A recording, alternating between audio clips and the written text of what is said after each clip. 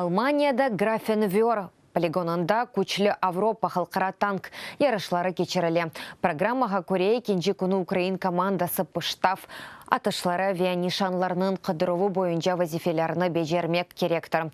Украина селялы құветлерінің арбейлері Форт Украин пыштавындан учалда ятып, тұз чөкіп ве аяқта тұрып атеш açқан еді. Атеш вазифелері етлер тәркібінде етіледі ве команданың арби машина қолесінден атышынен бітейді. Нишанларының қыдыруы басымағында душманның шақси әркен сайысыны селясы ве техникасыны тапмақ керек еді.